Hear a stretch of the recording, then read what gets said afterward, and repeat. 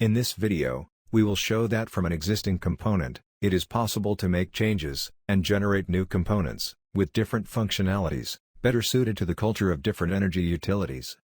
Our starting point will be the substation component, shown in the previous video. To do this, initially, we will create a new application, called Component Change, and import the substation component.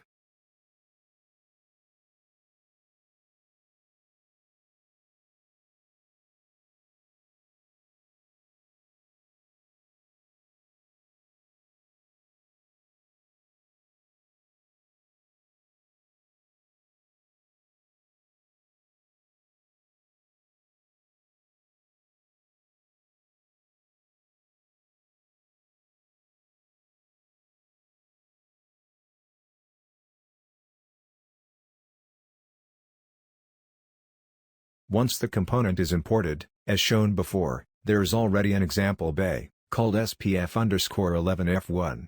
Let's copy this bay and paste it on a screen.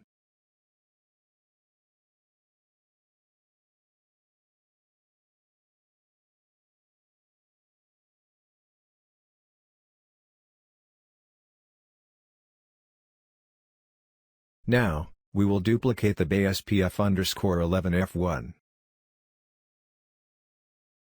When we click on the bay, we observe that it is associated with the SPF_11F1 object.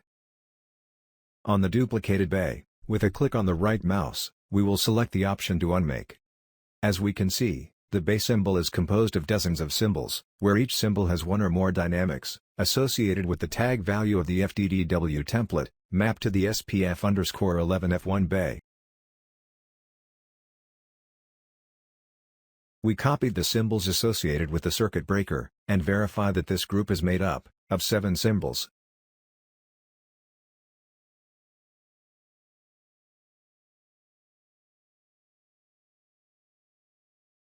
Let's check the dynamics associated with each of these symbols. The circuit breaker has 3 dynamics. The first, when we double-click on it, with the left mouse button, move 4 reference variables shown on the screen, and calls the circuit breaker command window.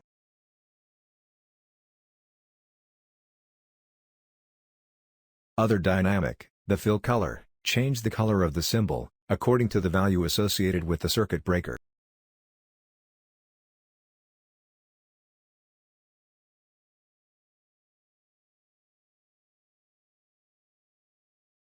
The red rectangle, around the circuit breaker, becomes visible, when the locked attribute, associated with the circuit breaker, becomes 1, informing that it is blocked.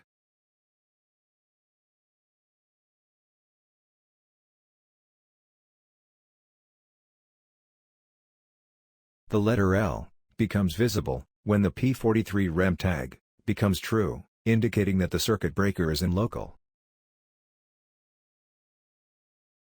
The symbol of alarm disable becomes visible when the attribute alarm disable, associated with the circuit breaker, becomes 1. The symbol of circuit breaker disable becomes visible when the attribute disable, associated with the circuit breaker, becomes 1. The circuit breaker manual flag becomes visible when the value of the tag DJ52IMP is equal to 1. The circuit breaker live line flag becomes visible when the value of the tag DJ52IMP is equal to 2. In the same way that the dynamics associated with the circuit breaker were shown, other dynamics associated with other symbols on the screen will work in a similar way. We will activate the program only with the display options and scripts, and we will change some tags and their attributes, operationalizing some of the dynamics we have just seen.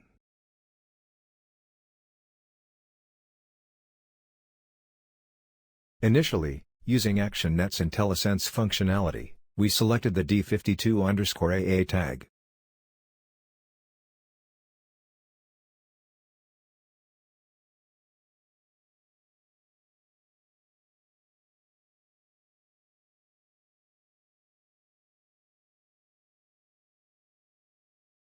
On the watch and change its value to 2, close circuit breaker.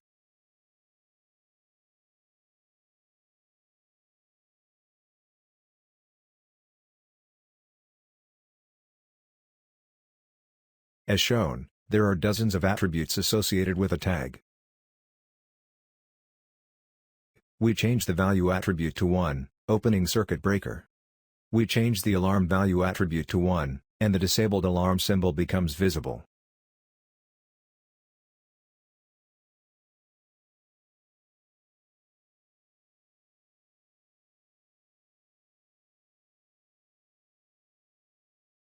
We change the disable attribute to 1, and the disable equipment symbol becomes visible.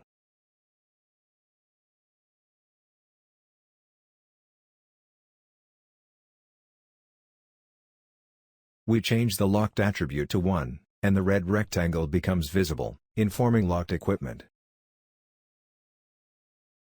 After this introduction showing how symbols work on the screen, let's make some changes to the component.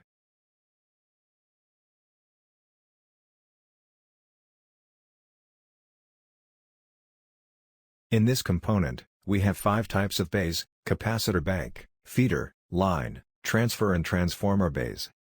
If we want, for example, to change the address of one or more input and output tags of a template, just go to it, and change the address of the points we want to change.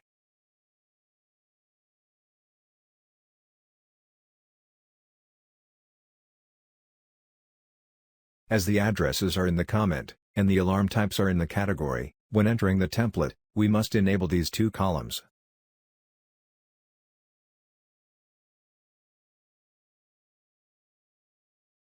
At category, we have several attributes, used by the deploy, such as type of alarm, if the point goes to history, etc. As an example, we will change the type of alarm, associated with the change of state of the circuit breaker, saying that in addition to going to events, it should also go to alarms.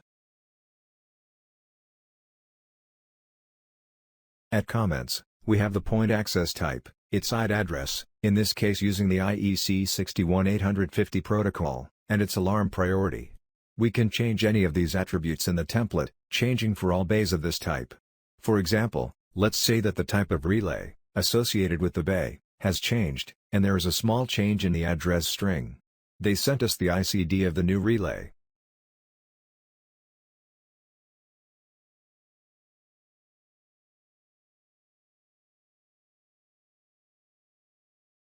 And through the program IED Explorer, we read this new ICD.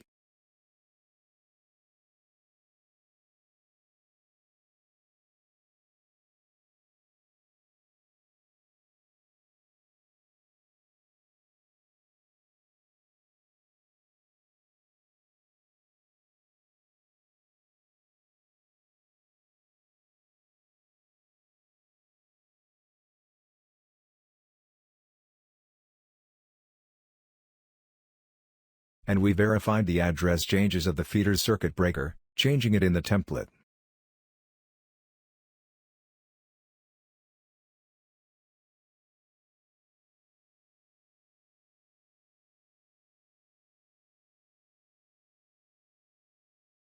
We can also change the alarm priority. In short, through comment and category, we could change several attributes of the points, as shown. When we change these attributes in the bay type template, the change will be for all applications using this component as a startup. If, however, we wanted to change the address attribute of a given bay, after the deploy explosion, we must go to Device, Points and change the specific address.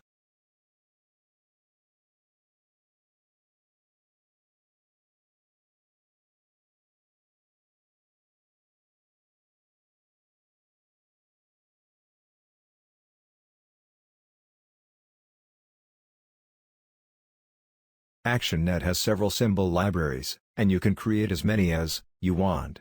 We will open the library called Bays, and we will load some of its symbols, and generate a single line diagram. In this case, we carry a feeder bay, a transformer bay, a line bay and 2 double bars, one for low voltage lines, and one for high voltage.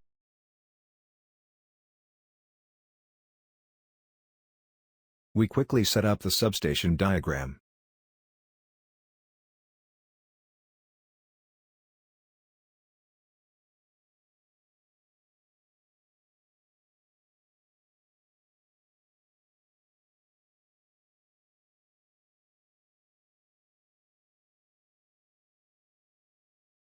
In the sequence, we will edit the feeder bay.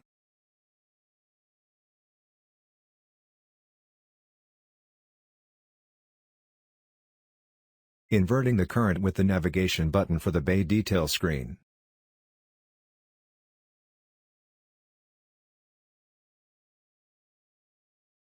We also alternate the relay curve adjustment buttons.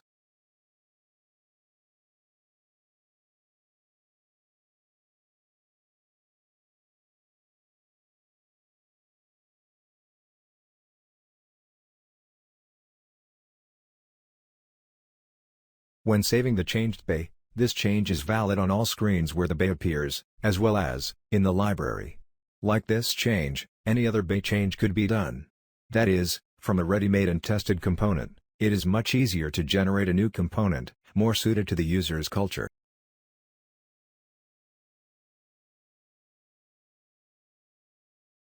All the screens of the substation component were based on ESA recommendation to high-performance HMI.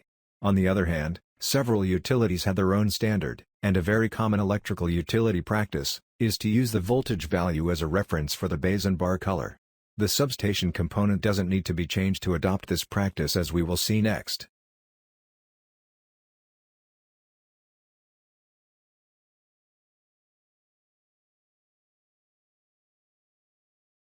The ZDist object has several tags, used to control the application's functionality. At its template, the highlighted object will define how the lines will be colored by voltage level. This object will have a sub-template, with as many variables as the voltage levels shown in the single line diagram. In this case, we have two voltage levels, bay color 1, and bay color 2. If the value attribute of these tags is equal to 0, they will keep this gray color. If equal to 1, they will have the color shown in the comment attribute, associated with the variable, as we will show then, during application execution.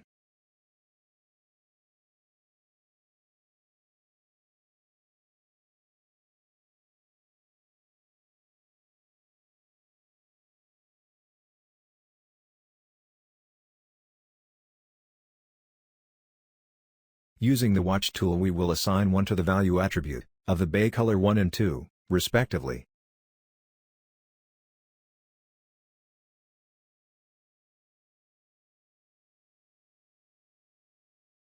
And the colors associated with its comment attribute are moved to the color of the lines of all voltage level elements. If we wanted to change the colors of the voltage level, just change the attributed comment of the bay color 1 and 2.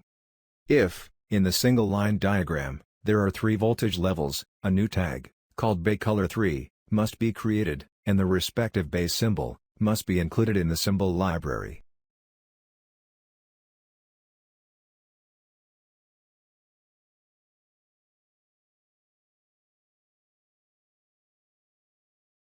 Let's now see how select colors from the color spectrum to associate to the line's voltage level.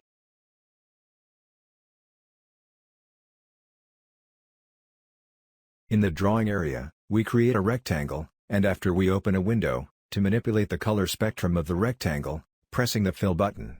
The highlighted area is in hexadecimal, the color associated with the rectangle, and over it, we paste a string that corresponds to the gray color, changing the color of the rectangle to this tone, which is the tone of all the lines. Now we go to the screen of object bay colors 1 and 2, and we copy the hexadecimal string of bay color 2, and we go back to the screen, where we paste this string in the color of the rectangle, changing its color to red. Just like we did with bay color 2, we can do it with bay color 1, and, if we want to change the bay color 1 and 2, just change the comment attribute to a new color. So, this is how we adjust the colors of the single line diagram to utilities culture. Just as we can change the symbol library and a symbol's functionality, such as its color, we can change any detail screens of a bay, create new screens from an existing one, change command windows, etc. Let's change a details screen, and then change a bay symbol to call this screen. The first feeder bay is associated with the SPF11F1 object, the second one is not associated to an object. We will also associate it with the SPF11F1.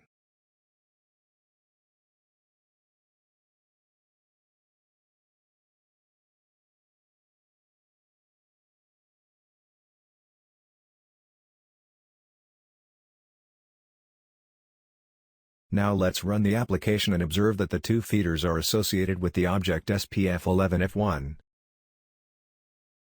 and have their navigation buttons identified, and when we click on it, the variables of this object will be mapped in the detail screen.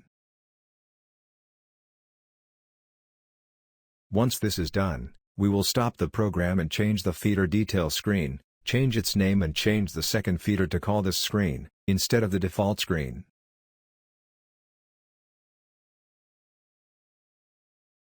Let's say that this new feeder doesn't have relay curve adjustment buttons, as well as don't have goose failure alarm.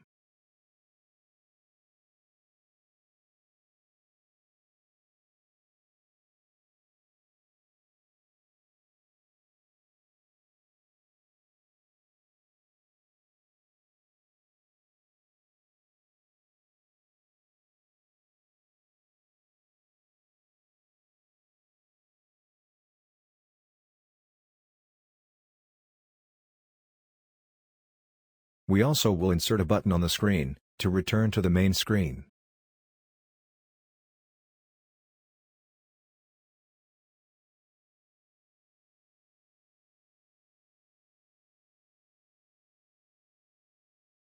In fact, we could change the entire layout of the screen, thinking, for example, that this protection feeder relay is from another manufacturer, with fewer functionalities.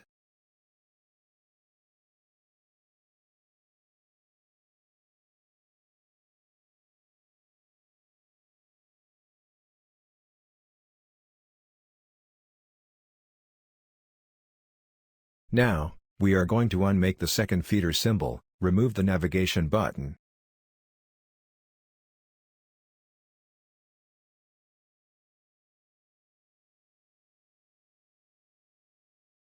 Move the current value to the location of the removed button, and we will create a different button to navigate to this new detail screen.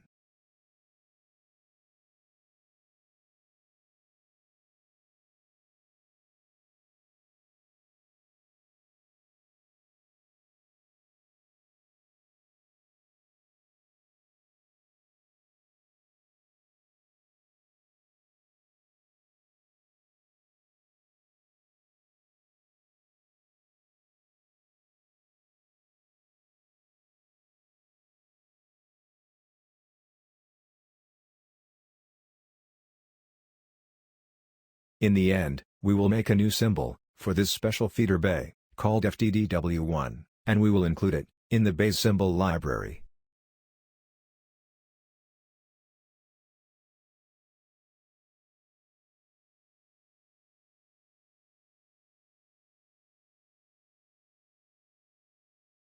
To finish, let's run the application and verify that when we navigate through the first feeder, we go to the existing screens.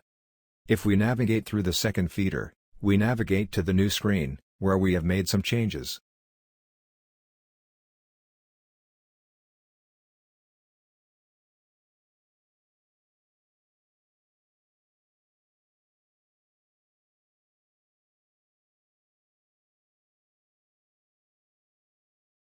If we save this new component with the culture of a second customer or, for example, with a new family of relays, or new manufacturers. Concluding, this video showed that, from a first component, which contains all the facilities to generate a substation, using the culture of a given electricity utility, we can generate a second component, with different functionalities, to adapt to the culture of a second utility. Over time, we will have libraries, with the culture of several energy utilities. Parameterization, factory testing and commissioning will occur without surprises, from the point of view of SCADA.